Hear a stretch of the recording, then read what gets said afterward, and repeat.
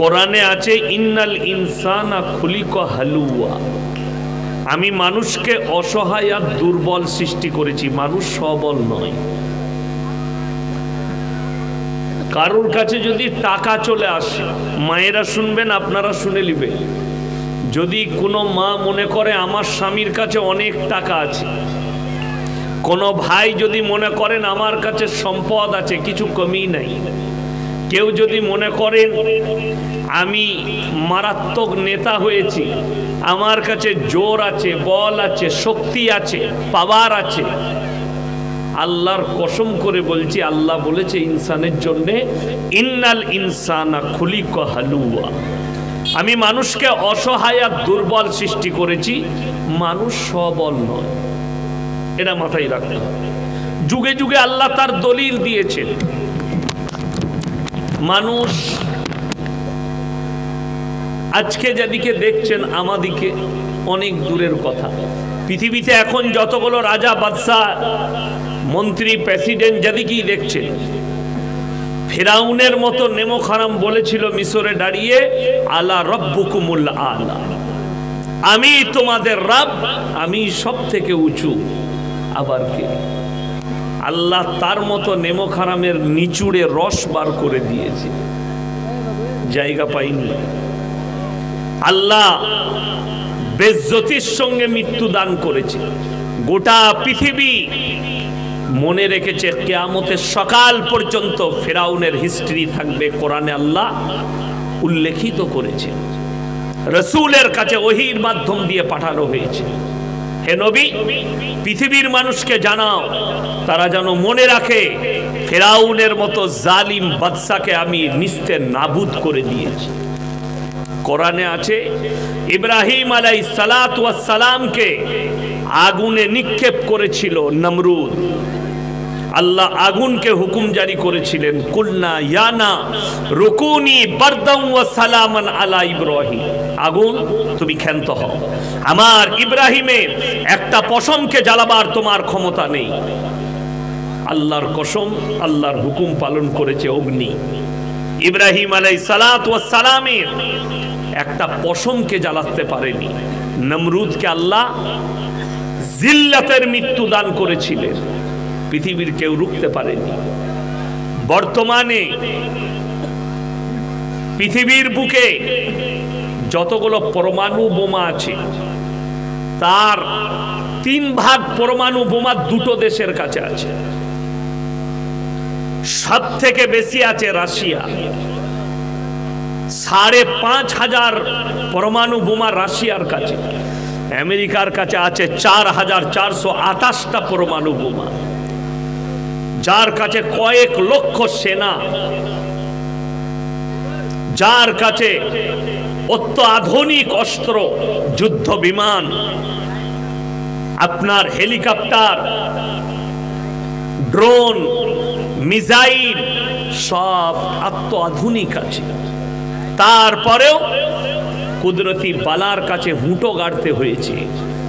ক্যালিফোর্নিয়ায় এমন অগ্নি সংযোগ ঘটেছে আল্লাহর কুদরতে, আমেরিকার ৭৫,০০০ সেনা হুঁটো গেড়ে দিয়েছে।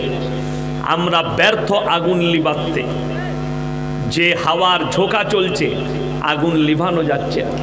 কানাডা থেকে হেলিকপ্টার এসছে, সমুদ্রই নামছে আর পাইপ ফেলে পানি তুলছে আর আগুনের উপরে নিক্ষেপ করছে, তারপরও আগুন কন্ট্রোলে নাই। এত আধুনিক অস্ত্র, তার নাম হচ্ছে আল্লাহ।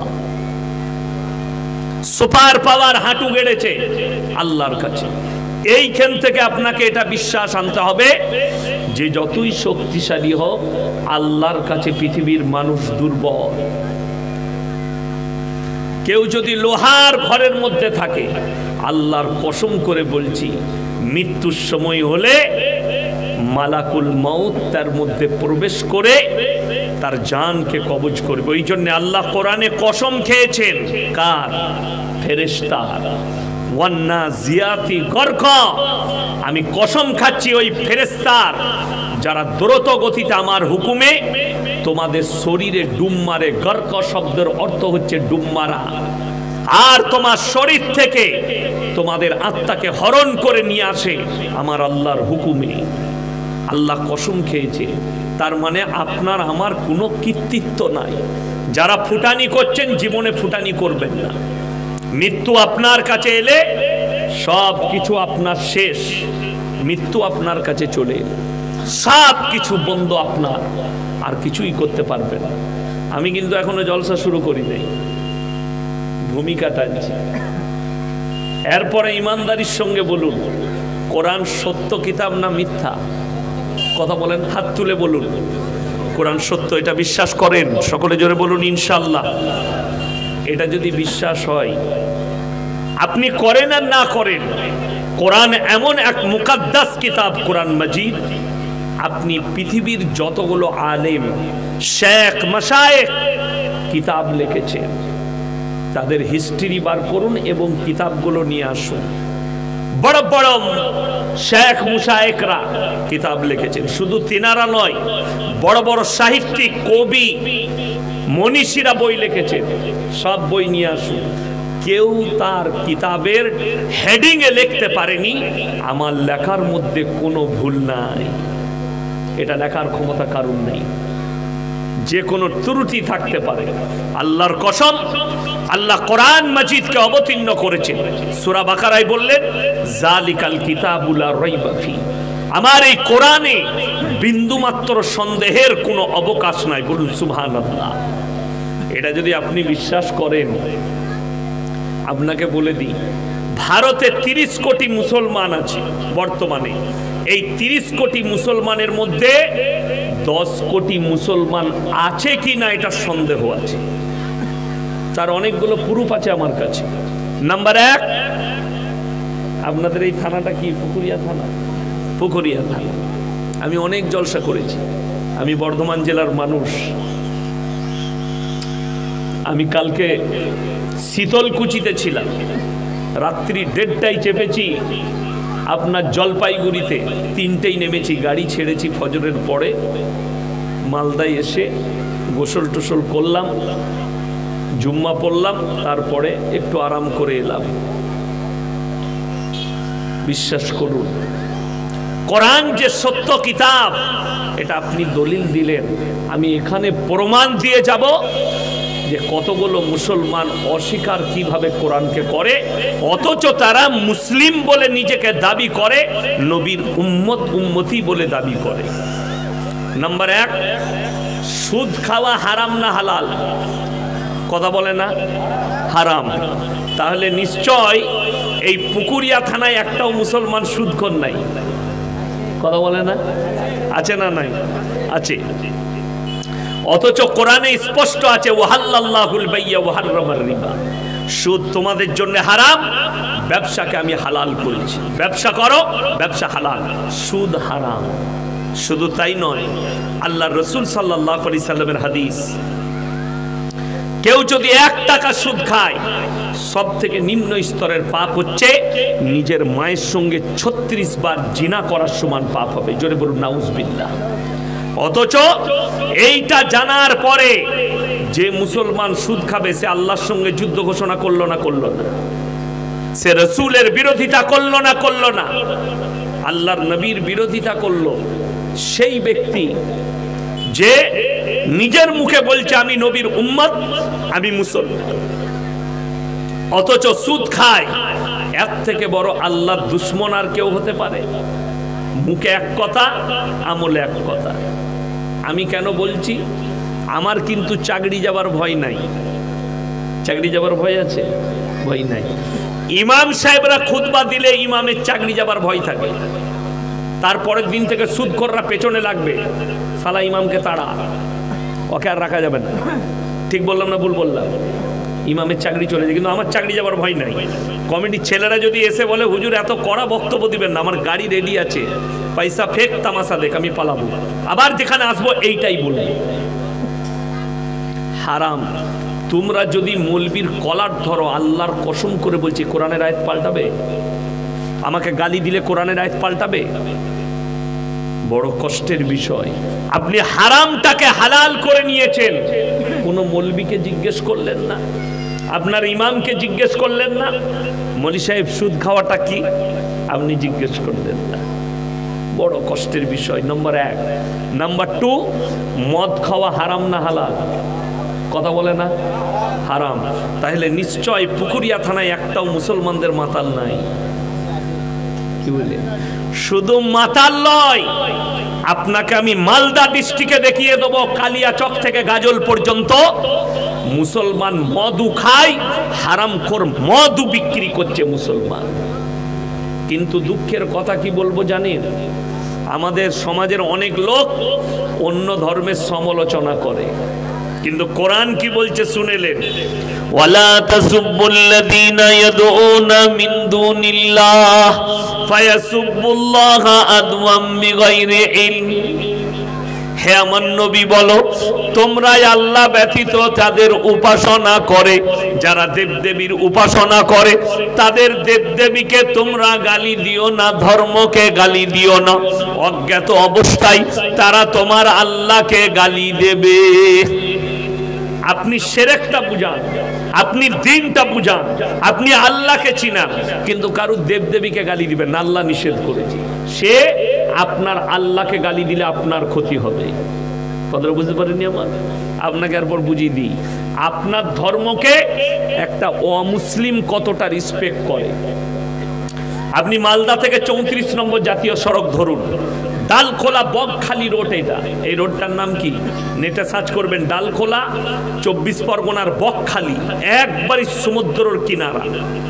ডালখোলা বকখালি রোড, কলকাতা বারাসাত হয়ে একবারই বকখালি চলে যাচ্ছে রোডটা, ডালখোলা থেকে, ডালখোলা টু বকখালি।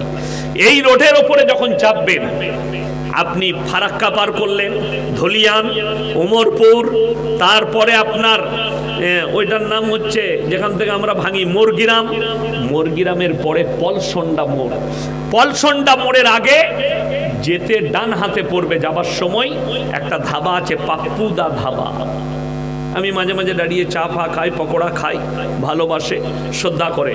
পাঞ্জাবিদের ছেলে, দুটো ভাই পাঞ্জাবি, মুখে দাড়ি, মাথায় পাগড়ি। তার হোটেলে 3টে বোর্ড লাগানো আছে, 3টেই মুসলমানদের ইমান বাঁচানো। নাম্বার 1, মদ পান করা নিষিদ্ধ। নাম্বার 2, মদ বিক্রি নিষিদ্ধ। নাম্বার 3, নো স্মোকিং, এখানে ধূমপান নিষিদ্ধ। 3টেই মুসলমানদের ইমান বাঁচানো।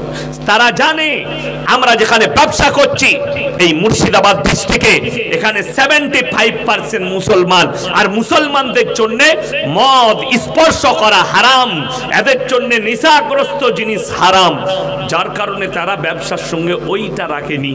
আর তাদের হোটেল থেকে আমি 15 কিলোমিটার উমরপুর পর্যন্ত কয়েকটা মুসলিমদের হোটেল দেখাবো, হারামখোর মদু খাই, মদু বিক্রি করছে। ঠিক বললাম না ভুল বললাম? আপনি প্রমাণ নেন, আমি যদি মিথ্যা বলে থাকি আল্লাহর কাছে জবাব দিতে হবে। বড় কষ্টের বিষয়। এই লোক জানে মদ খাওয়া হারাম, তারপরও মদ বিক্রি করছে। আর একটা অমুসলিম যার কাছে আল্লাহর দাওয়াত নেই, সে আপনার ধর্মকে কতটা রেসপেক্ট করে। আমি ঢুকলে কাগজের গিলাসে পানি দেয়, ভাঁড়েতে চা দেয়, তাদের গিলাসে দেয় না, কাগজের প্লেটে খাবার দেয়। কেন? কি বলে জানেন? আপনাদের ধর্মটা, आपका धर्म जो है बड़ा पवित्र है और मौलवी लोग बड़ा पवित्र खाना खाते हैं, ये किसी हराम खाने वाले के झूठा नहीं खाते। तो তাদের কতটা আকীদা আপনার ধর্মের প্রতি ভালো, অথচ মুসলমান হারাম জেনেও হারাম খাচ্ছে। লটারির টিকিট হারাম না হালাল? কথা বলেন, হারাম। আপনাকে আমি পুকুরিয়ায় দেখিয়ে দেব, আপনাকে আমি গাজলে দেখাবো, আপনাকে আমি সুজাপুরে দেখাবো, আপনাকে আমি কালিয়াচকে দেখাবো। মুসলমান লটারি কাটছে, লটারি বিক্রিও মুসলমান করছে। ঠিক বললাম না ভুল বললাম? এ লোক জানে হারাম, তারপরও করছে। তো এর থেকে বড় রসুলের দুশ্মন কেউ হতে পারে? কি করে একটা মুসলমান এ কাজ করতে পারে? যদি লটারি হালাল হতো, সব থেকে প্রথমে লটারি কারা কাটতো? আমরা মৌলবীরা, ইমামরা। সব থেকে কম বেতন আমাদের। কথাটা বুঝতে পারেননি? কম বেতন কার? আমাদের। আমরা তো ফজরের পরে রোজ একটা করে কাটতাম, 1 কোটি লেগে গেলি আর ইমামতি করতাম না। হারাম বলি তো আমরা লটারি কাটি না। কেন হারাম? অনেকজনের প্রশ্ন থাকবে, অনেক মা বোন ভাইয়ের, যে লটারি কেন হারাম? সবাই বলুন, তকদিরের মালিককে, ভাগ্যের মালিককে? ভাগ্যের মালিক যদি আল্লাহ হয়, আজকে সমাজের অবস্থা এত খারাপ, ভাগ্যের মালিক আল্লাহ, অথচ আপনি জ্যোতিষীকে হাত দেখাচ্ছেন। যারা জ্যোতিষীকে হাত দেখাবে, কোন মৌলবীকে হাত দেখাবে, নিজের ভাগ্য পরীক্ষার জন্য সঙ্গে সঙ্গে কাফের হয়ে যাবে, বেঈমান হয়ে যাবে, তাকে কালমা পড়ে মুসলমান আনতে হবে। ওই জন্যই তো আমাদের দেশে আপনি মালদায় ট্রেনে চাপেন, গাজলে ট্রেনে চাপেন, আপনার শামসিতে ট্রেনে চাপেন, সকালবেলায় যদি শিয়ালদায় নামেন, হাওড়াতে নামেন, গেট থেকে বেরিয়ে দেখতে পাবেন 1 নম্বর প্ল্যাটফর্মে যেদিকে হাওড়া ব্রিজ যাচ্ছে, এই দিকে ওপরে উঠেই সিঁড়ি থেকে ডান হাতে বাঁ হাতে হারামখোরগুলো ছিঁড়া চটের ওপরে বসে আছে। কিসের ওপরে বললাম? ছিঁড়া চট। অ্যাটার্চি খুলে রেখেছে, অ্যাটার্চির ভেতরে খালি আংটির পাথর, সামনে একটা ফালনামা বিছুইছে, বুঝলেন? আর আমার বর্তমান থেকে চাকরিতে যাচ্ছে, কলকাতায় উন্নয়ন ভবনে চাকরি করে 80,000 বেতন পায়। কেউ আপনার নবান্নে চাকরি করে 1 লাখ বেতন পায়। কেউ আপনার প্রফেসর, কেউ ইঞ্জিনিয়ার, কেউ সফটওয়্যার ইঞ্জিনিয়ার। বর্ধমান থেকে 2টো লাইন যাচ্ছে কলকাতায়, হাওড়ায় 2টো, একটা লয়, একটা কড লাইন, একটা ম্যান লাইন, দুদিকে 2টো, হুগলি ডিস্ট্রিক্টের 2টো এরিয়া, মধ্যখানে দিল্লি রোড, দুদিকে 2টো ট্রেন লাইন গিয়ে বালি স্টেশনে একসাথে হয়ে হাওড়ায় ঢুকছে। নামছে হাওড়ায়, বেরিয়ে 50,000 বেতন পায়। হাত দেখাচ্ছে, দেখো আমার কি চলছে। হাত দেখেই বলছে, তোমার বিরাট গোলমাল, ভাগ্য একটু খারাপ যাচ্ছে, বইয়ের সাথে ঝামেলা হচ্ছে। এই দেখলে শালা রোজই হয় সন্ধ্যেবেলায় ঝামেলা, তা বিরাট গোলমাল। তাহলে তো ঠিকই বলছে, ভবিষ্যৎটা আমার কি করতে হবে? বলে এই আংটির পাথরটা নিয়ে যাও, তোমার ভাগ্যটা ফিরে যাবে। এই আংটির পাথর নিয়ে যাও, বিবির সঙ্গে মহব্বত হবে। যে দিচ্ছে সে ছিঁড়া চটে বসে, খেতে পাই না, কি খায়? একটা পাথর বিক্রি হলে সে কি খেতে পাবে? 3টে পরোটা, আনলিমিটেড তরকারি, একটা সিদ্ধ ডিম, 1 টুকরো কাঁচা পেঁয়াজ, 30 টাকায় ওই মালটা খেতে পাবে। আর যে নিচে, সে যখন অফিসে গিয়ে ঠ্যাংটা তুলে নিজের ক্যাবিনে বসবে, কর্মচারী এসে বলবে, স্যার চাটা কি দেবো, দুধ চা না গ্রিন টি? গ্রিন টি নিয়ে আয়, আনছি স্যার। প্লেটটা এসে ধরিয়ে দিবে, 50,000 বেতন পায়। ভাগ্যের পাথরটা যে দিচ্ছে, সে ছিঁড়া চটে বসে আছে, একবারও বলতে পারে না এই ভাগ্যের পাথরটা তোর গলায় বান, না হলে কাছে রাখ, কাল থেকে মমতা খালার পাশে বসবি। কথাটা বুঝতে পারেননি? তুই কেন ছিঁড়া চটে বসে? ভাগ্যটাকে আর প্রয়োজন। যেমন আমাদের অনেক লোক বুঝে না, কি বুঝলে, ব্যবসা করছে, প্রত্যেক দিন 10,000 রোজগার করে, 3 দশে কত? 30, 3 লাখ টাকা মাসে। আর মৌলবীর বেতন পুরো মাসে 10,000, মাস গেলে 10,000। কিন্তু 3 দিন যদি দোকান ভালো না চলে, ব্যবসা একটু যদি গোলমাল ডামাডোল যায় কম বেশি, ও হুজুরের কাছে হাজির, হুজুর বরকতের তাবিজ দে। আপনাকে দেখিয়ে দেবো, মালদা জেলায় বিক্রি হচ্ছে, কালিয়াচক থেকে শুরু করে। আমি তো একবার কালিয়াচকে রাত্রে দাঁড়িয়েছিলাম, 2-4 জন মারার পরিস্থিতি নিয়েছিল, আমি তাড়াতাড়ি গাড়ি ছেড়ে বেরিয়ে গেলাম।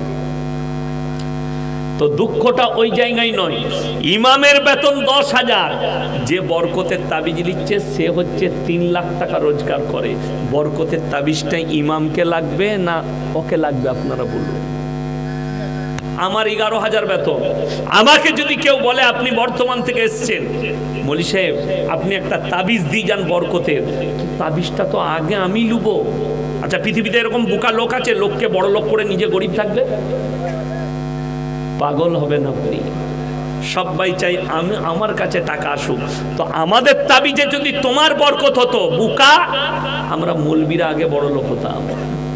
এই সমাজের অনেক ছেলে বুঝে না, কি বুঝলেন? আমি খালি চিন্তা করি আমাদিকে অনেক শিক্ষিতরা বলছে এরা মাদ্রাসা ছাপ। আমার কমেন্টে দেখবেন কিছু মুতখোর আর গোবরখোর কমেন্টে বলছে এরা মাদ্রাসায় পড়া মৌলবি, মাদ্রাসা ছাপ। তোরা জানিস মাদ্রাসা আমাদের দেশে রাজ কারা করছে আপনারা জানেন না? দেশেতে সব থেকে ভালো পজিশনে আছে বাবারা, তাবিজওয়ালারা। কেন? একটা মন্ত্রীও ছুটে যায় পায়ে হাতে ধরে আমি যেন ভোটে জিতে যাই এমন কিছু করে দেন। ঠিক কি না কথা বলে?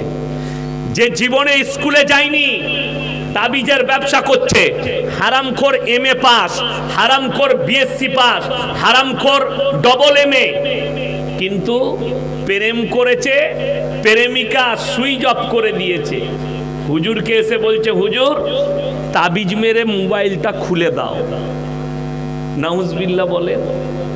ধোকা, প্রতারণা, প্রবঞ্চনা, 100টা লোক এইভাবে ধোকা দিচ্ছে। আপনারা মনে মনে ভাববেন ইয়াসিন সাহেব আপনি কেমন মৌলবি, আমাকে মৌলবি বলেন না, আমাকে আপনি বলেন মূর্খ বলেন তাও চলবে, কিন্তু আমি আপনাকে বিচারটা আপনার হাতে ছেড়ে দিলাম।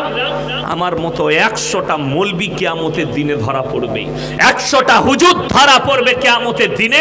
সমাজকে ধোকা দিয়েছো, প্রতারণা করেছো, প্রবঞ্চনা করেছো। কোরআন বলছে শোনো এক শ্রেণীর আলেম কিভাবে পাকড়াও হবে। ইন্নাল্লাযীনা ইয়াকতুমুনা মা আনজালাল্লাহু মিনাল কিতাব ওয়া ইয়াশতারুনা বিহি সামানান কালীলা উলাইকা মা ইয়াকুলুনা ফি বুতুনিহিম ইল্লান নার ওয়া লা ইউকাল্লিমুহুমুল্লাহু ইয়াওমাল কিয়ামাতি ওয়া লা ইউযাক্কিহিম ওয়া লাহুম আযাবুন আলীম। হে আমার নবী তোমাদের মধ্যে বলে দাও কিছু এমন আলেম থাকবে যারা নিজেদের পেট চালাবার জন্য কোরআনের আয়াতকে লুকিয়ে দিবে। আমি আল্লাহ রাব্বুল আলামিন কিয়ামতের দিনে তাদেরকে কঠিন আযাবে মুবতালা করে দেব। তারা তাদের পেটে যে খাবারটা ভরে ওটা আগুন ভরছে, অন্য কিচ্ছু নয়। সমাজ এই ধোকায় পড়ছে। আমার ভাই সকলে বলুন ভাগ্যের মালিককে, আরো জোরে বলুন কে? ভাগ্যের মালিক হচ্ছেন একমাত্র আল্লাহ রাব্বুল আলামিন, বাকি ভাগ্যের মালিক কেউ নেই। লটারির টিকিটের মাধ্যমে আপনি যদি মনে করেন এই কাগজটা আমি নিলে, এই নম্বরটা নিলে আমার টাকা পড়বে, আমার ভাগ্যে দেখি কি আছে, এইটার জন্যই হারাম। এবং কেউ যদি আকীদা রাখে এই নম্বরটা আমার লাকি নম্বর, এই নম্বরের লটারি নিলেই আমার পড়ে যাবে, সঙ্গে সঙ্গে তার ঈমান ধ্বংস হয়ে যাবে। হারাম সম্পূর্ণ। আপনি জানার পরেও লটারি কি করে আপনি কাটতে পারে, আপনার দ্বারা কি করে লটারি আসতে পারে, বড় কষ্ট লাগে। শুধু তাই নয়, আপনারা বলুন 5 ওয়াক্তের নামাজ পড়া কি? কথা বলে না? 5 ওয়াক্তের নামাজ পড়া কি ফরজ? আমি বলে যাচ্ছি পুকুরিয়া থানায় যদি সমীক্ষা করা হয় 100 জনের মধ্যে 80 জনের কাছে 80 জন বেনামাজি আছে। ঠিক বললাম না ভুল বললাম? আমাদের সমাজে এই তুমি ওদিকে চা দিয়ে আমাকে না দিয়ে পালিয়ে যাচ্ছ, আমি বক্তব্য দিলে খাবো না? আচ্ছা চালাক ছেলে, পয়সা বাঁচাতে চাইছে। আমাকে চা দিলে তোমার চা গুলো সব বিক্রি হয়ে যাবে। আমার ভাই আমি যেটা আপনাদেরকে বলছিলাম সেটা শুনেলেন। খুব দুঃখের সঙ্গে বলছি 5 ওয়াক্তের নামাজ পড়া ফরজ, অথচ দুঃখ লাগে আমাদের সমাজের লোক 5 ওয়াক্তের নামাজ পড়ে না। বিসমিল্লাহ। এই মৌলবীরা দাওয়াত দিতে গেলে, আমরা দাওয়াত দিলে কি বলে শুনেবেন। আমাদের সমাজে কিছু লোক আছে, মৌলবীরা যখনই বলে ভাই নামাজ পড়ো না, কেন নামাজটা পড়ো, নামাজ না পড়তে পারি, বলি সাহেব গায়ের মধ্যে আমি ভালো লোক আছি, এই মাল আছে না নাই?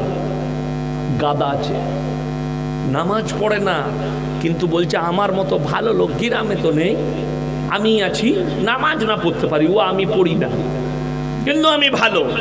সে মালগুলো কেমন ভালো শুনে লাও। কোরআন শোনাবো, চোখ দিয়ে পানি আসবে আপনার। হে আমার মা, হে আমার বোন, তুমি যদি মনে করো আমি বেনামাজি, নামাজ পড়ি না কিন্তু আমি একজন ভদ্র মহিলা, আমি একজন ভালো মহিলা, এক নম্বর রাসূল সাল্লাল্লাহু আলাইহি সাল্লামের হাদিস, যার মধ্যে নামাজ নেই তার মধ্যে ইসলাম নেই। নাম্বার 2, কিয়ামতের দিনে দুটো রাস্তা হবে, একটা রাস্তায় জান্নাতীরা জান্নাতে প্রবেশ করবে আর একটা রাস্তায় জাহান্নামীরা যাবে। জান্নাতীরা জাহান্নামী দিওকে দাঁড় করাবে কি বলে? ফি জান্নাতি ইয়াতাসাআলুনা আনিল মুজরিমিনা মা সালাকাকুম ফি সাকার। তোমরা কেন জাহান্নামে যাচ্ছ? তোমরা বলতে আমরা ভালো লোক, আজকে কেন তোমরা জাহান্নামে প্রবেশ করছো? তারা উত্তর দিবে, এক নম্বর, ক্বালু লাম নাকু মিনাল মুসাল্লিন, আমরা নামাজি মুসল্লিদের মধ্যে ছিলাম না, তাই আল্লাহ আমাদেরকে জাহান্নামে পাঠিয়েছে। কত মারাত্মক আয়াত। তারা উত্তর দেবে, হে আমার মা, হে আমার বোন, হে আমার ভাই। তাদের উত্তর হবে জাহান্নামীদের। এক নম্বর, ক্বালু লাম নাকু মিনাল মুসাল্লিন, আমরা মুসল্লিদের মধ্যে ছিলাম না। ওয়ালাম নাকু নুতইমুল মিসকিন, এবং আমরা মিসকিনকে খানা খাওয়াইতাম না, তাই আল্লাহ আমাদেরকে জাহান্নামে পাঠিয়েছে। ওয়া কুন্না নাকুদু মাআল খাইদিন, যারা এই দাড়ি টুপিওয়ালা দিকে দেখে তারা বলবে আমরা দাড়ি টুপি নামাজি মুসল্লিদের মজাক উড়াতাম, আল্লাহ তাই আমাদেরকে জাহান্নামে পাঠিয়েছে। ওয়া কুন্না নুকাজ্জিবু বিয়াউমিদ্দিন, আর আমরা বিচারের দিবসকে মিথ্যা বলে মনে করিতাম, আল্লাহ তাই আমাদেরকে জাহান্নামে পাঠিয়েছে। আমার ভাই, আজকে মুসলমান নামাজ কেন পড়ে না, রোজা কেন রাখে না? তার মারাত্মক দলিল শুনে নেন। আপনার সম্পর্ক কোরআনের সাথে নেই, আপনার সম্পর্ক রাসূলের হাদিসের সাথে নেই, আপনার সম্পর্ক দ্বীনের সঙ্গে নেই, যার কারণে আপনার এই অবস্থা। আমাদের দেশের মুসলমান, আপনাকে একটা কথা বলি, যেমন দেখুন, পর্দা করা ফরজ না ফরজ নয়? কথা বলে না? ফরজ। আমি খালি ফরজগুলো বলে দিচ্ছি আপনাদেরকে। পর্দা করা সমাজে ফরজ একটা নারীর জন্য, এটার নাম পর্দা? আমাকে বলে দেখ কোন মৌলবি, যদি কোনো বাপের বেটা মৌলবি বলতে পারে এটা নারীদের জন্য পর্দা, আমি আর জীবনে মালদা ডিস্ট্রিক্টে কাল থেকে আর বক্তব্য দেবো না। আমার এখনো 1 মাস রোজার আগের দিন পর্যন্ত ডেট আছে, তার মধ্যে বেশিরভাগ ডেট আমার উত্তরবঙ্গে আছে। আমি দক্ষিণবঙ্গের মানুষ, বর্ধমান জেলা, যেখানে পানাগড় মিলিটারি ক্যাম্প আছে, ভারতবর্ষের মারাত্মক ক্যাম্প, সেই পাশেই আমার বাড়ি। আপনি অবাক হবেন। আপনাদিকে বলে যায়, হে আমার ভাই, হে আমার মা বোন, আপনি কি মনে করছেন বেঈমান কাফেররা চুপচাপ বসে আছে? না, আপনার উপরে ধ্যান রেখেছে। দেখুন তারা ঠান্ডা মাথায় কত মারাত্মক কাজ করেছে। আপনি ইসলামের মধ্যে দাখিল আছেন, আপনাকে দিয়ে পাক করাচ্ছে। আপনি বলুন তো, এইটা ছেড়ে দেন। কিন্তু মারাত্মক বলে দিই, এই যে জলসা করার পরে মেলা বসিয়েছে, এই মেলাতে যে নারী পুরুষগুলো ঘুরছে এরা সব অমুসলিম না মুসলমান? কথা বলে না, এরা সব আমাদের মুসলমান। আপনারা জানেন ইসলামে মেলা হারাম? ইসলামে মেলা হারাম। তার মারাত্মক কারণ হচ্ছে একজন নারী আর পুরুষ পর নারী আর পর পুরুষ নির্জনে এক কাছে হলে তৃতীয় ব্যক্তি যে হাজিরি দেয় তার নাম হচ্ছে শয়তান। আর কোরআনে সূরা ইউসুফের প্রথম পৃষ্ঠায় আছে, ইন্নাশ শাইতানা লিল ইনসানি আদুব্বুম মুবিন, শয়তান হচ্ছে মানুষের প্রকাশ্য দুশমন। সেই দুশমনকে দাওয়াত দিয়েছেন মেলা বসিয়ে। হয়তো মনে হবে গরিব মানুষ দোকান বসিয়ে খাচ্ছে, দোকান বসাক, কিন্তু আপনার মেয়ে বেপর্দা ভাবে ওখানে ঘুরে বেড়াচ্ছে, আপনার বিবি বেপর্দা ভাবে ঘুরে বেড়াচ্ছে। পর্দার একটা মারাত্মক দিক আনা হয়েছে। নারীর মর্যাদার জন্য আল্লাহ একটা সূরা অবতীর্ণ করেছেন, সূরা নিসা। এতে নারীর মর্যাদা, নারীর ইজ্জতের কথা বলা হয়েছে, মা চিনানো হয়েছে, বোন চিনানো হয়েছে। যে বেঈমান কাফেররা বলছে এরা মায়ের সঙ্গে বিয়ে করে, এরা বোনের সঙ্গে বিয়ে করে। আমরা কেউ বোনকে বিয়ে করি? কথা বলে না? আমরা বোনকে বিয়ে করি? হারাম।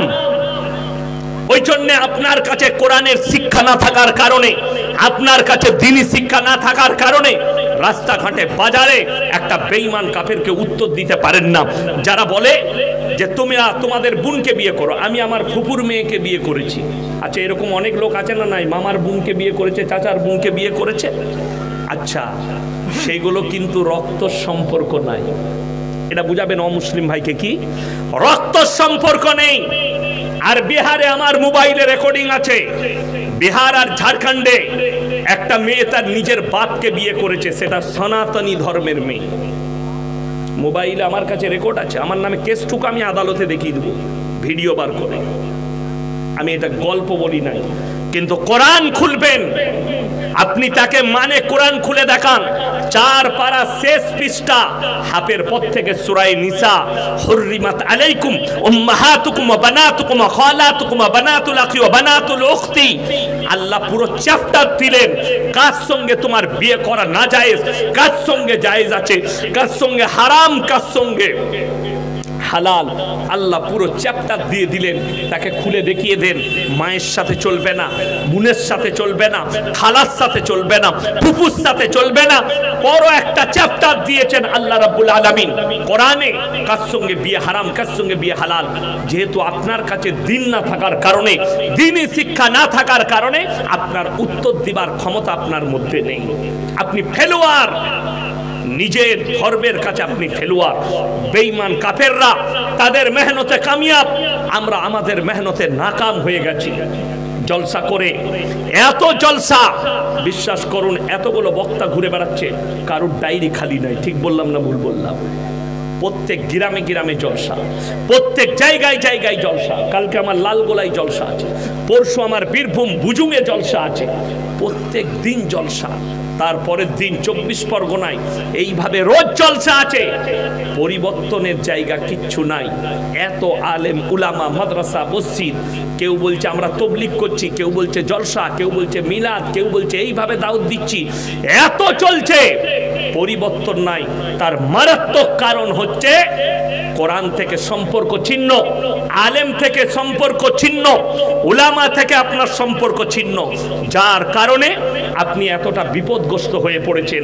আপনার কাছে নামাজ আছে তো হারাম হালালের বিচার নেই, আপনার কাছে হারাম হালাল বিচার আছে তো আপনার মধ্যে নামাজ নেই, আর আপনি নিজেকে মুমিন ঘোষণা করে সমাজের বুকে বাস করছেন। আল্লাহর নবীর উম্মত ভেবে আপনি বসবাস করছেন, আর বেঈমান কাফেররা ঠান্ডা মাথায় আপনার ব্রেনে কাজ করে যাচ্ছে। এ আমার মায়েরা, আমার বোনেরা শুনেলেন তারা মেহনতে কিভাবে কামিয়াব হয়েছে। আশা করি আপনাদের এলাকায় গ্রুপ লোন, বন্ধন লোন নাই, আছে না নাই? আছে। এরপর বলুন, রাগ করবেন না, বাস্তব কথা বলছি। ইমাম সাহেব কে আছে? এই দেখেন ভাইজান ইমাম। আচ্ছা, আপনারা ইমানদারির সঙ্গে বলুন তো, এই ইমাম সাহেবের স্ত্রী নিশ্চয়ই গ্রুপ লোন করে? প্রমাণ দিতে পারবেন? জোরে বলুন না সুবহানাল্লাহ। ইমাম সাহেবকে কত বেতন দেন আমি জিজ্ঞেস করব না, ওটা আপনারা ইনসাফ করবেন। কিন্তু আমি বলছি ইনসাফের সঙ্গে শুনেলেন, মৌলবীর বিবিকে রাস্তায় বেরিয়ে 6000 বেতন দেয় কমের লোক।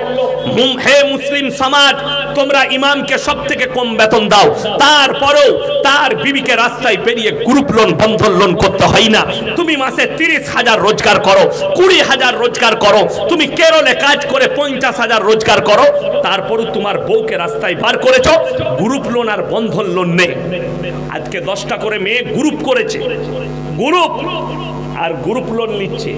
গ্রুপ লোন নিয়ে তাদের মধ্যে একজন হেড হয়েছে 10 জনের মধ্যে, আর 9টা মেয়ে তাকে ম্যাডাম বলে ডাকে। সে দেখে এমনি স্কুলের ম্যাডাম হতে পারি নাই, আমি সুদ খাবার ম্যাডাম হয়েছি। বিরাট ব্যাপার, 9 জন ম্যাডাম বলে ডাকছে, ওর বিরাট ব্যাপার। ম্যাডাম বলছে না, সম্মান বেড়ে গেল। নাউজুবিল্লাহ, তুমি সুদ খাবার ম্যাডাম হয়েছো।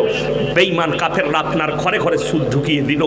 যদি মনে করেন মৌলভী সাহেব আমাদের সংসার কি করে চলবে, তো তুমি মনে রেখো রাসূল সাল্লাল্লাহু আলাইহি সাল্লামের হাদিস, যারা 5 ওয়াক্তের নামাজি হবে মৃত্যুকাল পর্যন্ত আল্লাহ তাদের রুজিতে কোনোদিন কমি দিবে না। জোরে বলুন সুবহানাল্লাহ। এটা রাসূলের সহিহ হাদিস।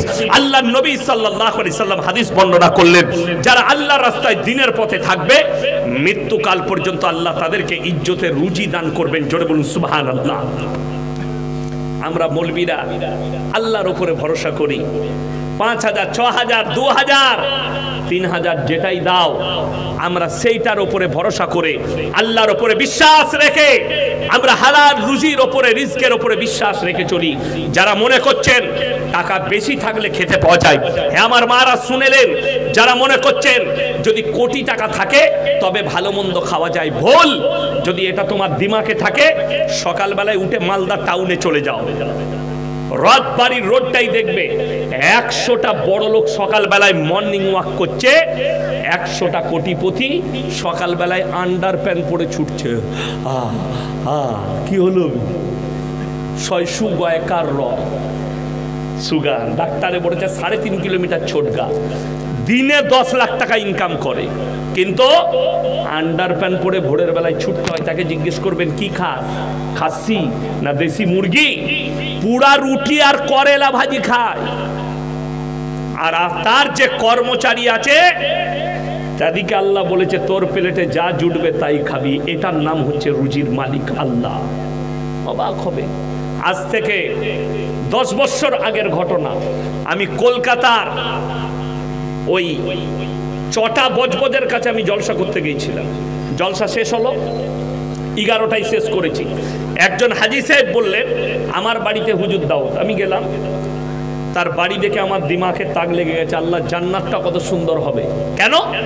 35 কোটি টাকার বাংলো, 1 টাকা 2 টাকা, 5 বিঘে এরিয়া নিয়ে বাড়িটা আছে। ঢুকলাম, ডাইনিং টেবিলে 50 জন বসে খাবে। আমি ঢোকার পরে আমার সাথে আছে আমার ম্যানেজার, আমার ড্রাইভার, তাদের মসজিদের ইমাম, তাদের মুয়াজ্জিন, তার ম্যানেজার, তার কর্মচারী। হাজি সাহেব আমার পাশেই বসেছে। ডাইনিং টেবিলে কি কি লেগে আছে আমি আসার আগেই সব লেগে গেছে খাবার। কি? ভাপা ইলিশ, আপনার ভেটকি মাছের পাতুরি, খাসি আর বিরিয়ানি, পোলাও, লেগ, চিকেন তন্দুরি, আর পরোটা, কিমা, ভুনা সব লেগে আছে। হাজি সাহেব আমার পাশে বসেছে। আমি হাজি সাহেবকে বললাম, হাজি সাহেব একটা লেগ পিস দেবো? আমার চলবে না। আমি ইলিশ মাছ? না না চলবে না। ভাপা ইলিশ, আপনার পাতুরি, আমার ছোঁয়া, আপনারা খান, আমি আমার আসছে।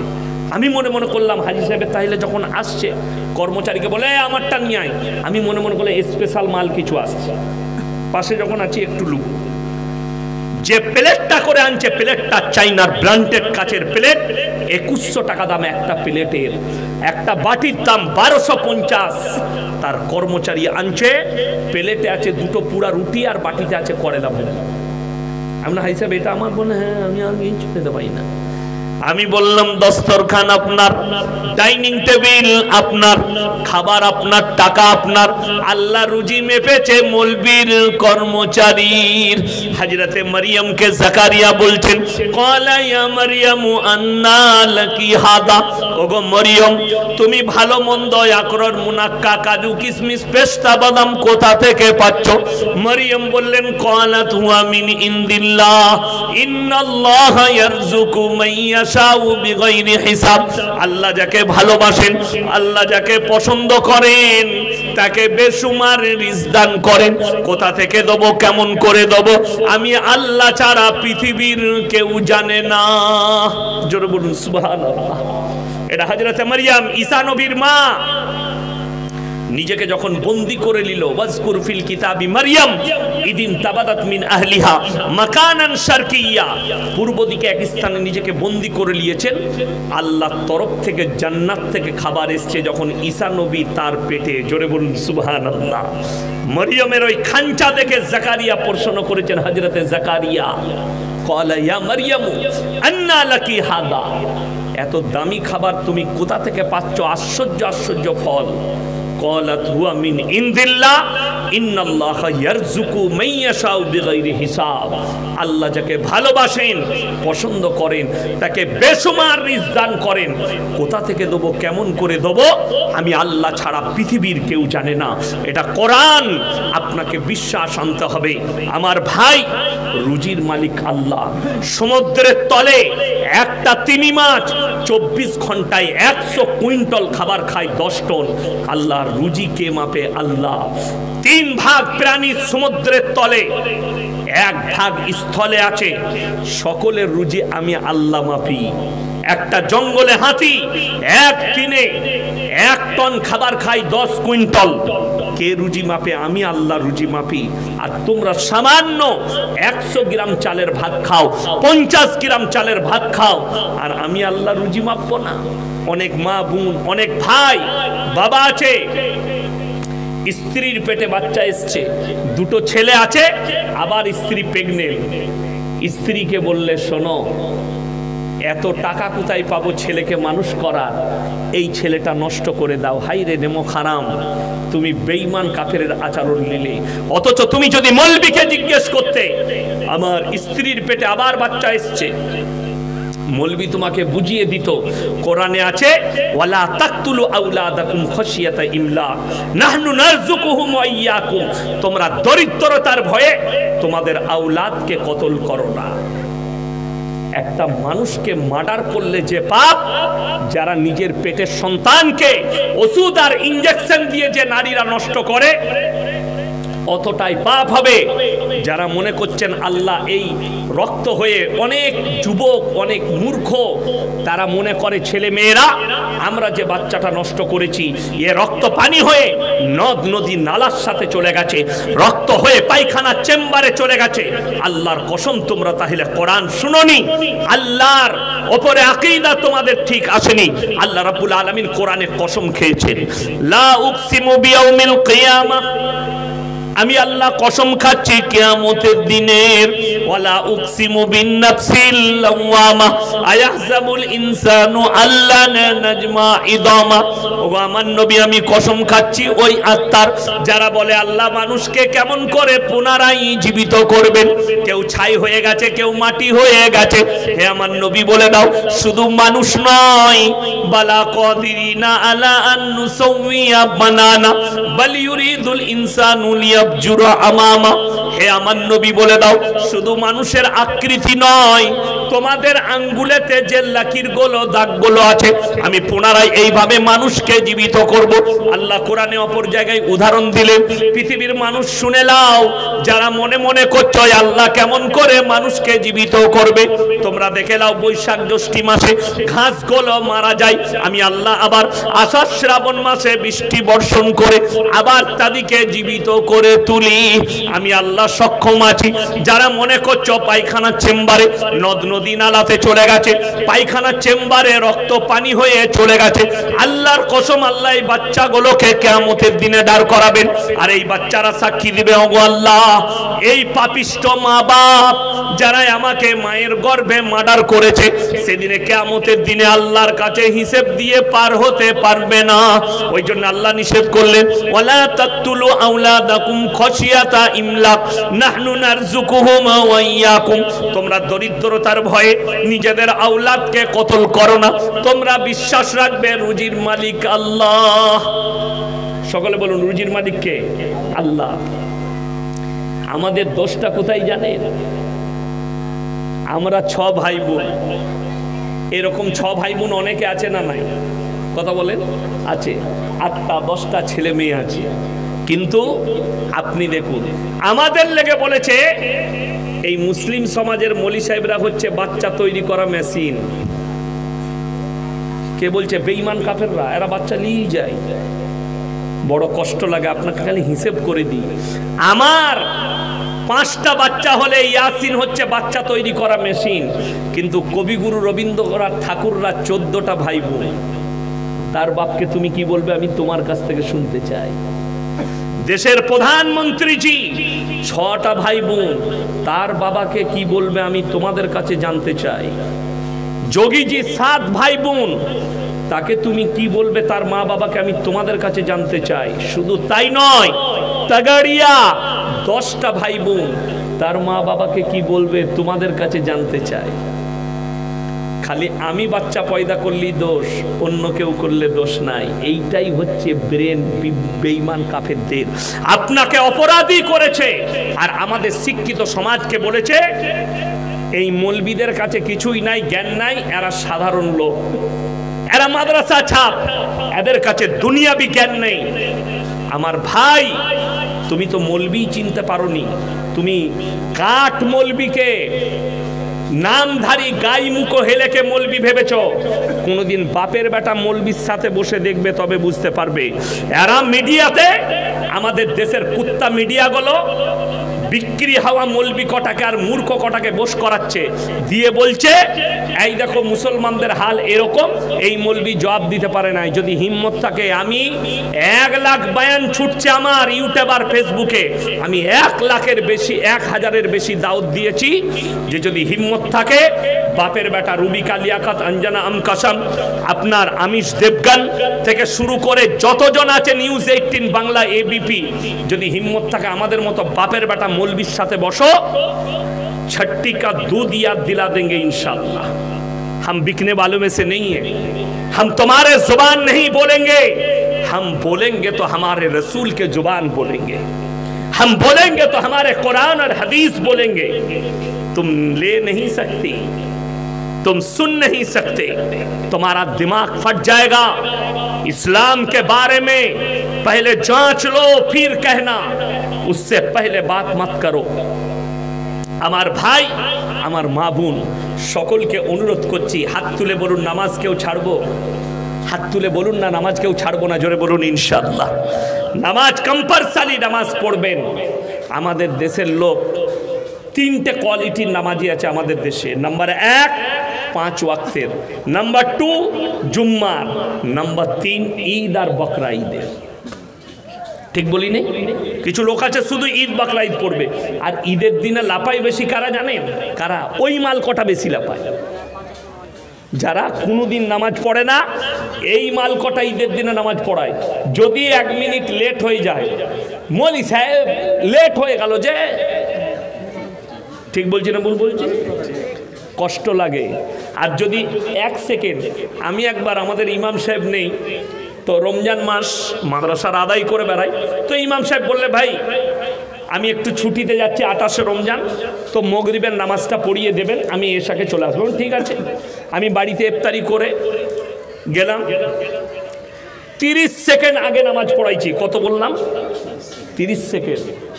তো নামাজের পরে আমাকে কিছু বলে নাই, মুয়াজ্জিনকে একজন বলছে মুক্তাদি, সে মাল জীবনে নামাজ পড়ে না, খালি রোজার মাসের মুক্তাদি। সে বলছে এই তুমি টাইম দেখো নাই, 30 সেকেন্ড আগে নামাজ দাঁড় করাইছে। সে বললে ভাই ইমাম সাহেব দাঁড়িয়েছে, আমি একামত দিয়ে দিয়েছি। তো সে আমাকে বললে ভাই 30 সেকেন্ড আগে, আমি বললাম চুপচাপ বেরিয়ে যে, আমি তোর বাপের গোলাম নয়, মুখ ভেঙে দেবো জুতো করে বেরিয়ে। তা না হলে মৌলবি ডেকে নিয়ে আয়। আর তোর বাপের বেটা কোন মৌলবি আছে যে 30 সেকেন্ড আগে নামাজ পড়লে নামাজটা হবে কি না? বড় কষ্ট লাগে। আসরের নামাজের আপনি একটা সময় বেঁধে দিয়েছেন, 3:20 জামাত হবে। ইমাম সাহেব 1 মিনিট আগে কিংবা 1 মিনিট পরে যদি নামাজটা দাঁড় করায়, নামাজটা হারাম হবে না গুনাহ হবে? কিচ্ছু হবে না, নামাজ হয়ে যাবে। তো কিন্তু তর্ক কেন করে? কিছু লোক আছে হারামখোর, চায়ের দোকানে 3 ঘন্টা গল্প করবে, মসজিদে 1 মিনিট লেট হলে ইমামের সাথে ঝগড়া করবে।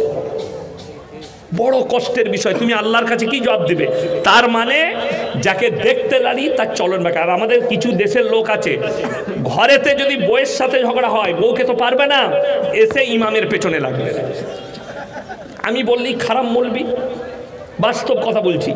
বউ তাকে বলেছে আট কুড়ার বেটা, লড়ি ধাক্কার বেটা, ওকে গাল দিয়েছে। ও তখন আর বউকে কিছু বলতে পারে না, যাচ্ছে এরপর ঝাঁটা খাবো। এরপর ও জোহরের নামাজে গেছে, তো ইমাম সাহেব বেচারা সুন্নত ফুন্নত পড়ে 1 মিনিট পরে নামাজটা দাঁড়িয়েছে, একটু দেরি হয়ে গেছে গোসল করতে। নামাজের পরেই বলছে তোমার কি জ্ঞান নেই, ইমামতি করছো, 1 মিনিট লেট হয়ে গেল। হালা বইয়ের ঝগড়া ইমামের উপরে, হচ্ছে ঝামেলা। এইটা হচ্ছে কষ্টের। কোথা থেকে এলো? আপনার কাছে বত্তিনি শুনেলেন। কিয়ামতের আলামতের মধ্যে বড় আলামত রাসূল সাল্লাল্লাহু আলাইহি সাল্লামের হাদিস, যখন সমাজের লোক ইমাম আর আলেম দিকে বেইজ্জতি করবে, আল্লাহ ইলমের থেকে আগে বড় বড় আলেম দিকে তুলে নেবেন সমাজের বুক থেকে। আর লোক, সাধারণ লোক, তারা ইলম নিবে মূর্খর কাছ থেকে, তখন তাদের আমলগুলো ধ্বংস হবে, তাদের সব কিছু ধ্বংস হবে। আর মূর্খকে আলেম মনে করে তারা তাদের কাছ থেকে ইলম নিতে চাইবে। এটা কিয়ামতের আলামত, মাথায় রাখবেন। একটা সাধারণ ছেলে তার কাছ থেকে ইলম নিবে, কিন্তু ইমামের তার কাছে মর্যাদা থাকবে না, আল্লাহ ইলমের থেকে আলেম দিকে আগে তুলে নেবেন। এটা রাসূল সাল্লাল্লাহু আলাইহি সাল্লামের হাদিস। এটা কিয়ামতের আলামতের মধ্যে মারাত্মক আলামত। মূর্খরা ইলম দেবে আর শিক্ষিতরা চুপচাপ বসে দেখবে। ইবারত পড়ার ক্ষমতা নাই, একটা আরবি ইবারত পড়া আপনার জানা নেই। আপনি কোরআন যদি পড়েন, এই মৌলবীরা আমরা জানি একটা আয়াতের কতগুলো মুতাসাবিয়াত আছে, একই রকম আয়াত আছে, খালি একটা ওয়ার্ডের জন্য, একটা হুরুফের জন্য পুরো মানে পাল্টিয়ে গেছে। এটা তাফসীর ছাড়া কেউ জানবে না। আপনি বুঝতে পারবেন, আপনি দুটো আয়াতের মানে এক করবেন, দুটো মাসলার আয়াত একই করবেন। কোরআনে আছে মদ খেলে ক্ষতি বেশি লাভ কম, মৌলবীদিকে জিজ্ঞেস করুন এই আয়াত আছে, কিন্তু এর ব্যাখ্যা জানেন কি? এর ব্যাখ্যাটা যদি না জানে, আজকে আমাদের দেশে মাজার গোলায় মদ কেন চলছে, গাঁজা কেন চলছে, নেশা কেন চলছে?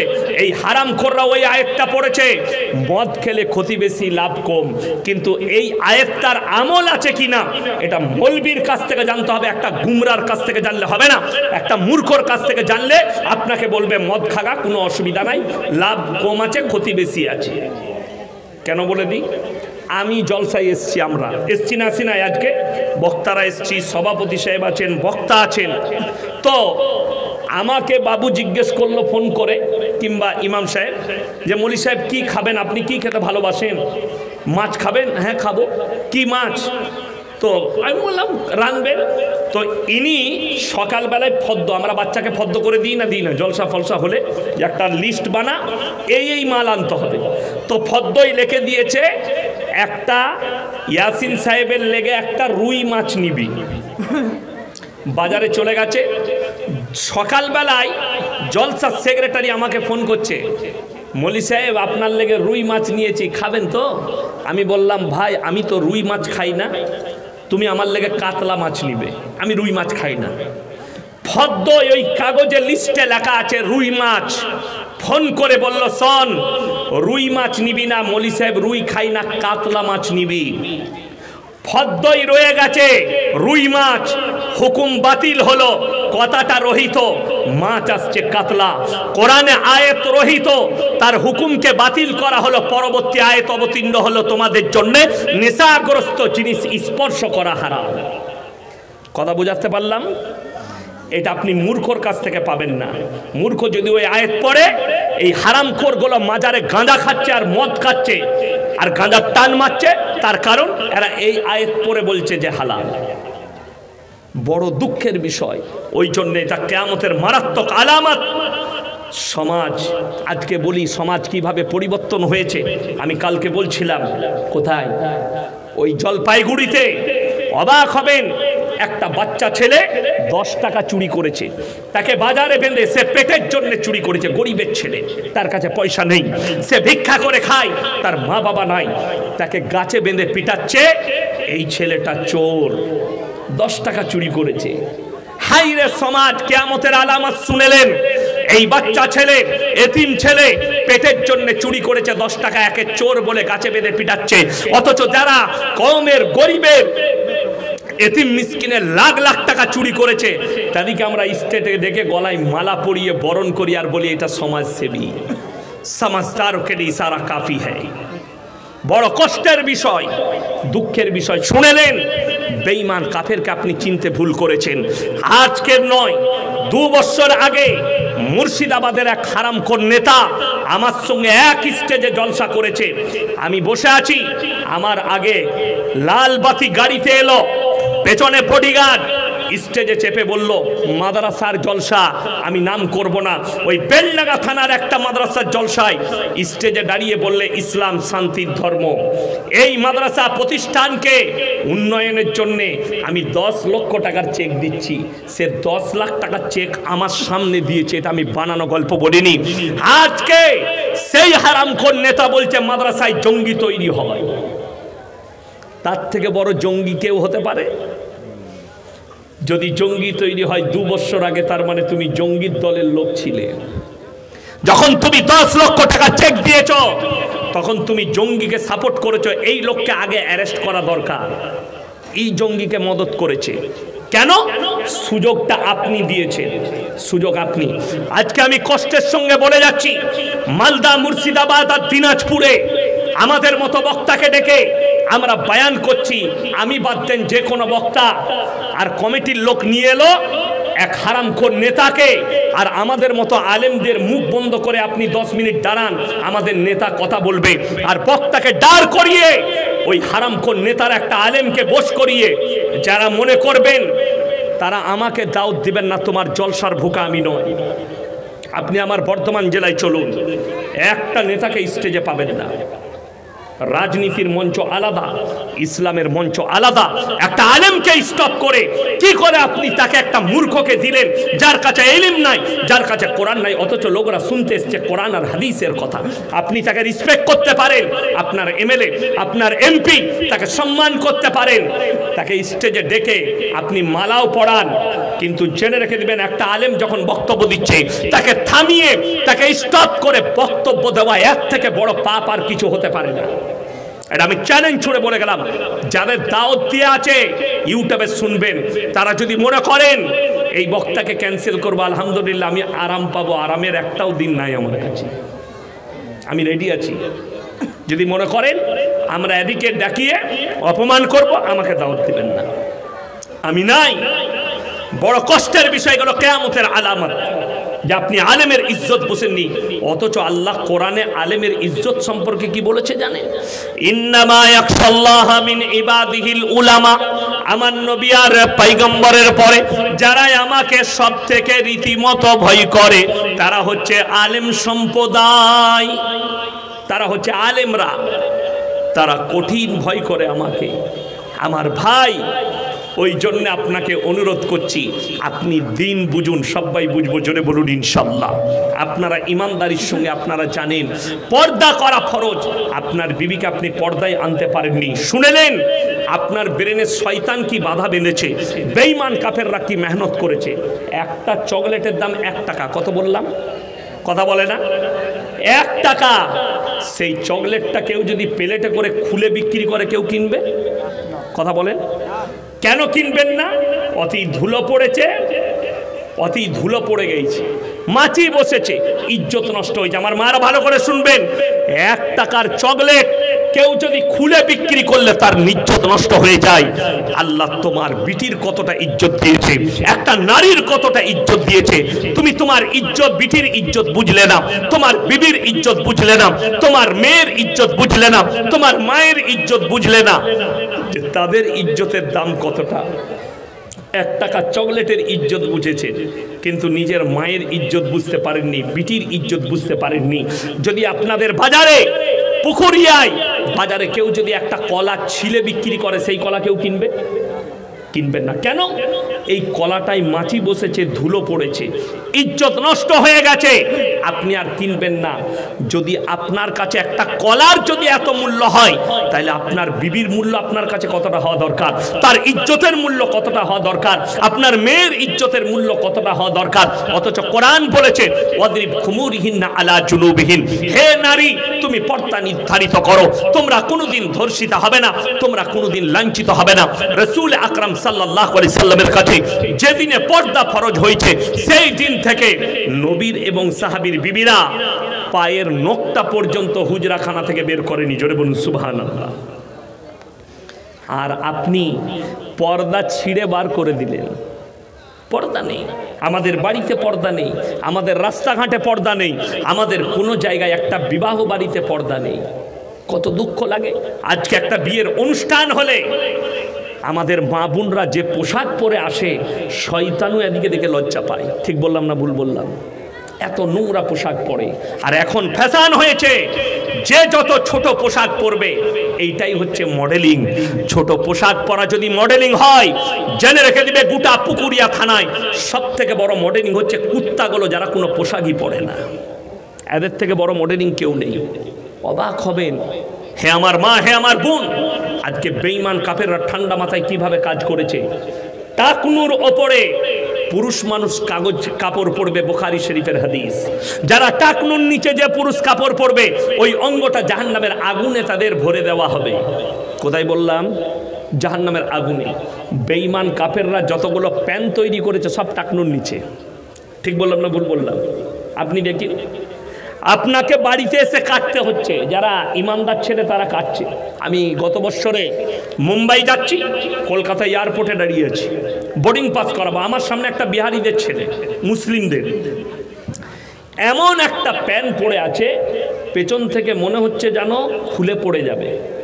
আমি তাকে বললাম, ভাইয়া থোড়া উপর কর লো না তো পিছে গড়বড় হয়ে যায়গা, मैं खड़ा हूँ। সে আমাকে উত্তর কি দিল জানেন? হযরত ये डिजाइन है। আমরা সালা ऐसा भी डिजाइन का पेन निकल चुका है। আমি মনে মনে চিন্তা করলাম, এই যুবক যদি এই প্যান পরে নামাজ পড়তে যায়, তার পেছনের কাতারে যে থাকবে তার আর নামাজ হবে? পেছনে যে থাকবে সে সিজদায় গেলে গোটা আলী বাবার গুফা দেখতে পাবে, নামাজ শেষ। কথাটা বুঝতে পারেননি? হারাম। বেঈমান কাফেররা এই মেহনতটাই করেছে, যাদের নামাজ পড়লে এমন প্যান তৈরি করে যেন নামাজ গুনাহ হয়ে যায়, নামাজ হারাম হয়ে যায়। হে আমার মা বোন, বেঈমান কাফেররা তাদের টেকনোলজিতে জিতে গেছে, আমরা আমাদের টেকনোলজি যে জিততে পারিনি। অথচ পৃথিবীর সব থেকে দামি টেকনোলজি হচ্ছে কোরআনের টেকনোলজি, সব থেকে দামি আদর্শ হচ্ছে রাসূল আকরাম সাল্লাল্লাহু আলাইহি সাল্লামের আদর্শ। তারপরও আপনি আমি হেরে গেছি। নারীদের জন্য টাকনুর নিচে কাপড় পরতে হবে। যে মেয়েরা টাকনুর উপরে কাপড় পরবে, ওই অঙ্গগুলো জাহান্নামের আগুনে ঝুলবে। আমার ভাই, আমার মা বোন, আজকে বেশিরভাগ বেঈমান কাফেররা তারা সালোয়ার তৈরি করেছে, সব মেয়েরা এখানে পড়ছে, এইখানে। ঠিক বললাম না ভুল বললাম? কিছু কিছু মেয়ে পায়ে আবার কালো সুতো বাঁধছে। এটা কেন বেঁধেছিস? বলছে হুজুর লজল লাগবে না। এ তো ভালো জিনিস, গলাতে একটা দড়ি বাঁধার, জীবনে মরবি না। এর থেকে বড় শিরক আর কিছু হতে পারে? সৃষ্টিকর্তা আল্লাহ, গোটা পৃথিবীর যত জিনিস আছে সব সৃষ্টিকর্তার মালিক কে? আল্লাহ। তাইলে সুতো কি করে তোমার লজর কেড়ে নিবে? লজর থেকে বাঁচাবে সুতো কি করে? নাউজুবিল্লাহ। যে অঙ্গটা বেরিয়ে আছে, এই অঙ্গটা শুধু জাহান্নামে যাবে না, ওই মহিলা জাহান্নামে যাওয়ার দ্বিতীয় কারণ হচ্ছে ওই শরীরের অঙ্গটা দেখে যতগুলো পুরুষের মনে জিনার ওয়াসওয়াসা হবে, সমস্ত পাপগুলো ওই মহিলার উপরে চাপবে। হে আমার যুবক, বন্ধুত্ব বাড়িতে শেষ করুন, বাইরে মাঠেতে শেষ করুন, বন্ধুত্ব ক্লাবে শেষ করুন, বন্ধুত্ব আপনার গাছতলায় শেষ করুন, বন্ধুত্ব চায়ের দোকানে শেষ করুন। বন্ধুত্ব যদি বাড়ির ভেতরে যায়, জেনে রেখে দিবে তোমার স্ত্রী পরকীয়ায় জড়িত হবে। কিয়ামতের মধ্যে মারাত্মক আলামত, ছেলে মেয়েরা রাস্তাঘাটে কুকুরের মতো জিনা করবে, পরকীয়া বেড়ে যাবে, বর্বরতার যুগের পাপগুলো মডেলিং হয়ে ফিরে আসবে। এই পাপ, এই পরকীয়া পাপটা রাসূলের যুগের নয়, এই পাপ হচ্ছে তার আগের যুগের বর্বরতার যুগের পাপ, সমকামী লূত নবীর কওমের যুগের পাপ আজকে মডেলিং হয়ে ফিরে এসেছে। আজকে পরকীয়া আম হয়ে গেছে। পৃথিবীর বড় বড় স্কলাররা পাকিস্তানে এক জায়গায় হয়েছিল, তার মধ্যে অনেকজন, আমাদের ভারতের একজন ছিলেন ডাক্তার জাকির নায়েক, আর আরবের কজন শেখ ছিলেন, পাকিস্তানের একজন ছিলেন বড় মুফতি তাকি উসমানী, মোল্লা তারিক জামিল, তারিক মাসুদ, পাকিস্তানের এগুলো, আর বড় বড় স্কলাররা। সেইখানে আমি লাইভ দেখছিলাম, সেখানে এই মুফতি তাকি উসমানী একটা কথা বলল, আমার মন কেড়েছে। তিনি বললেন যে কিয়ামত সে পহলে পুরে আলম মে হারাম औलादों से भर जाएंगे। এ মারাত্মক কথা। তিনি আর ব্যাখ্যা দিলেন, বেঈমান কাফেররা এই মেহনতি করছে, পরকীয়া ভারতের মাটিতে লিগ্যাল হয়ে গেছে, সুপ্রিম কোর্ট লিগ্যাল রায় দিয়ে দিয়েছে, আপনার কাছে আম হয়ে যাবে। সব থেকে আশ্চর্যের বিষয় কি জানেন? পানিটা দেন তো স্যার। সব থেকে আশ্চর্যের বিষয় হচ্ছে যে পরকীয়া লিগ্যাল কার জন্যে? আপনার জন্য লয়, মহিলার জন্যে। এটা হচ্ছে মারাত্মক বিষয়। কার জন্য বললাম? মহিলাদের জন্য। একটা মহিলা পরকীয়া করবে, আপনি গিয়ে যদি বলেন আমার বউ পরকীয়া করেছে, আপনাকে মারবে প্রশাসন, চাল হাঁটো। কিন্তু একটা মহিলা যদি গিয়ে বলে আমার পুরুষ আমাকে জ্বালাচ্ছে, আমার পুরুষ অন্য নারীর সম্পর্কে আছে, তখন তোমার বিচার হবে। কিন্তু তুমি যখন তোমার বইয়ের নামে অভিযোগ করতে যাবে, সেই অভিযোগ নেওয়া হবে না। নারীর জন্যে যাতে পাপটা দ্রুত ছড়ায়, এদের কাছে হারাম আওলাদ তাড়াতাড়ি পৌঁছায়, এইটাই হচ্ছে বেঈমান কাফের ইহুদি নাসারাদের মেহনত। আজকে ঠান্ডা মাথায় তারা আপনাকে পাপে লিপ্ত করেছে। তারা নাম দিয়েছে ভ্যালেন্টাইন ডে 14ই ফেব্রুয়ারি, কাজ হচ্ছে জিনা করা। তারা নাম দিয়েছে কিস ডে, কাজ হচ্ছে জিনা করা। তারা নাম দিয়েছে চকলেট ডে, কাজ হচ্ছে জিনা করা। তারা নাম দিয়েছে কিস ডে, কাজ হচ্ছে জিনা করা। আমার ভাই, ঠান্ডা মাথায় আপনার আমার সন্তানকে জিনা করাচ্ছে। আল্লাহ আমাদের সকলকে হেফাজত করুক, বলুন আমিন। আলহামদুলিল্লাহ। ওই জন্য সবাই নিয়ত করলেন, আজ থেকে হাত তুলে বলুন আমরা পাপ থেকে বাঁচবো, জোরে বলুন ইনশাল্লাহ। সবাই আমাদের সন্তান, বিবিকে, মেয়েকে, বোনকে আমরা পর্দায় নিয়ে আসবো, জোরে বলুন ইনশাল্লাহুল আজিজ। আল্লাহ আমাদের সকলকে কবুল করুক। আমার ভাই, পৃথিবীর মধ্যে দুটো জায়গা মারাত্মক জায়গা। নাম্বার 1 আল্লাহর ঘর মসজিদ, নাম্বার 2 ওই জায়গা যেখানে আল্লাহ আল্লাহর রাসূলের কথা আলোচনা হয়। আল্লাহ রাব্বুল আলামিন কোরআনে বললেন, তোমাদের কাছে 3টে ব্যক্তি যদি হাত পেতে দেয়, তাদের হাতকে জীবনে ফিরিও না। নাম্বার 1 ওয়া আতিদাল কুরবা, তোমার কাছের গরিব যদি হাত পাতে, তাদের হাতকে ফিরিও না। ওয়াল ইয়াতামা ওয়াল মাসাকিন, আর এতিম আর মিসকিন যদি হাত পাতে, তাদের হাতকে ফিরিও না। ওয়াবনাস সাবিলি ওয়ালা তুবাদ্দির তাবদীরা, আর তোমাদের কাছে যদি মুসাফির হাত পাতে, এদের হাতকে ফিরিও না। আপনি 1 টাকা দান করতে পারলে আপনি মনে মনে ভাববেন, 1 টাকা দান করতে পারলে মনে মনে ভাববেন যে আল্লাহ আমাকে দেনেওয়ালা বানিয়েছো, আমাকে হাত পাতনেওয়ালা বানাওনি। আল্লাহ আমাকে দেনেওয়ালা বানিয়েছো। রাসূল আকরাম সাল্লাল্লাহু আলাইহি সাল্লাম বললেন, যাকিরা গচ্ছিত সম্পদ, যারা দুনিয়ার বুকে মাল থাকতে দান করবে, কিয়ামতের দিনে এগুলো হচ্ছে গচ্ছিত সম্পদ। কিয়ামতের দিনে মনে মনে ভাববে, আমি যদি আরো কিছু দিতাম আমার জন্য মঙ্গল হতো। ভারতের আলু পেঁয়াজ বাংলাদেশে যাওয়া বন্ধ হওয়া, ভারতের কৃষকের হাহাকার, এই ব্যাপারে কিছু বলুন। সরকার পদক্ষেপ নেবে, এগুলো আমি জানি না, কি হবে না হবে এগুলো আমি জানি না। এইসব প্রশ্ন এগুলো যারা সরকারের লোক আছে, মন্ত্রী এদিকে করবেন, আমি কি জানি। সরকারের অভ্যন্তরীণ খবর এটা ভারত সরকার জানবে। আর যদি আমার সঙ্গে মোদিজির সম্পর্ক থাকতো, এমএলএ এমপি হতাম, তাহলে এই প্রশ্ন আমাকে দিয়ে লাভ ছিল, ঠিক কি না কথা বলে? এগুলো আমরা কি জানবো? যদি কোরআন হাদিসের কিছু জানার থাকে তাহলে আমাকে বলবেন। চলুন, কোরআনে পারা কটা আছে বাপ? তাড়াতাড়ি বলুন, পারা কটা? 30টা পারা। মায়েদের মধ্যে, আপনাদের মধ্যে আমি কিন্তু টাকা চাইবো না। 30টা ব্যক্তি 30টা কোরআন শরীফের পয়সা 500 করে টাকা আমার হাতে দিয়ে যান, আর হাত মিলিয়ে যান দোয়া লিবার জন্য। 30 জন ব্যক্তি। নবীজি বলেছেন, যাকিরা গচ্ছিত সম্পদ, কিয়ামতের দিনে মানুষ কাঁদবে। আমি যদি আরো কিছু টাকা এই আল্লাহর ঘরের জন্য ব্যয় করে আসতাম, আমার জন্য মঙ্গল হতো। শুনে রেখে দেন, এই যে টাকাটা মসজিদের জন্য দিচ্ছেন, সঙ্গে সঙ্গে কবুল হবে। আমি জানি আপনারা অনেক দিয়েছেন। আমি খালি বলবো, 30 জন মা এবং ভাইদের মধ্যে 30 জন ব্যক্তি কে আছেন? মাত্র 500 করে টাকা চেয়েছি, তাড়াতাড়ি উঠে আসুন। নাম্বার 1 কে আছেন? আল্লাহর ওয়াস্তে আমার সাথে মুলাকাত করে যান। জাযাকাল্লাহ, আলহামদুলিল্লাহ। আসুন, আল্লাহ আপনার হায়াতে বরকত দেখ। নাম্বার 1 হয়েছে, নাম্বার 2, 3 হয়েছে। মা আপনাদের কাছে থাকলে আমি বলবো কে আছেন? 3, 4 হয়েছে। মাশাআল্লাহ, 4 জন উঠে আসুন ভাই। মাশাআল্লাহ, 5 জন। আল্লাহ হায়াতে